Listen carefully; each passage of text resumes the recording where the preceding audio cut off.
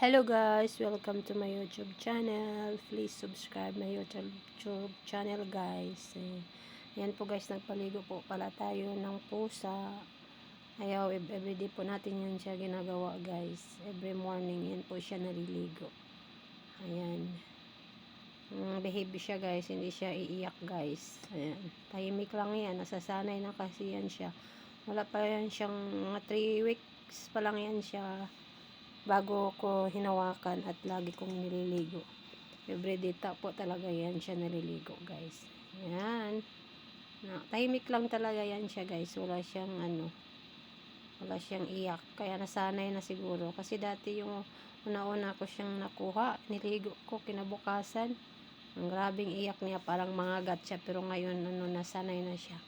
Kaya siguro guys, pag once na may mga ganyan kayo or aso, pusa man, pwede niya siya liguin, sanayin nyo guys, para every time na magligo kayo, hindi na kayo makagat or maano pa dyan. Ayan po, nilagyan po natin siya ng Dettol po yan siya guys, skincare yung ginagamit, kasi po wala po siyang shampoo, kaya pinagamit natin. Ayan, para lang po mabango siya. Shiny yung buhok niya guys. Ayan, malaki na siya ngayon. Ang laki-laki ng tiyan, ng busog na busog. Saan ka pa? Ang pusa naliligo. Tapos yung ang nag-alaga, hindi araw-araw naliligo. Para lang siyang daga, guys. Yan natin siya kung maglaki siya. Pero yung iyang color kasi niya, guys, puro black. Pero sa ngayon naman, nagba-brown-brown yung kulay ng buhok niya.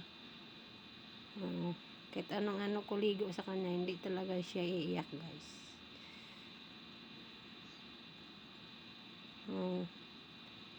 Nanahan natin yung mga tainga sa ilalim para walang dumi. Araw-araw yan siya naliligo. Tapos araw-araw din natin nilinisan yung niya guys, yung kulungan niya. Sa ngayon guys, wala pa po siyang kulungan. Lang po, yung parang planggana nilagay natin. At nilagyan po natin ng mga buhangin para doon po siya tatay at tinakpan lang po natin siya ng plywood para hindi po siya makalabas. Kasi once kung makalabas siya guys, kahit saan magdumi, kaya inakulong ko siya. Kung maglaki na, pabili po ako ng kulungan ng aming dalaga ni amo para po may kulungan po siya na maganda.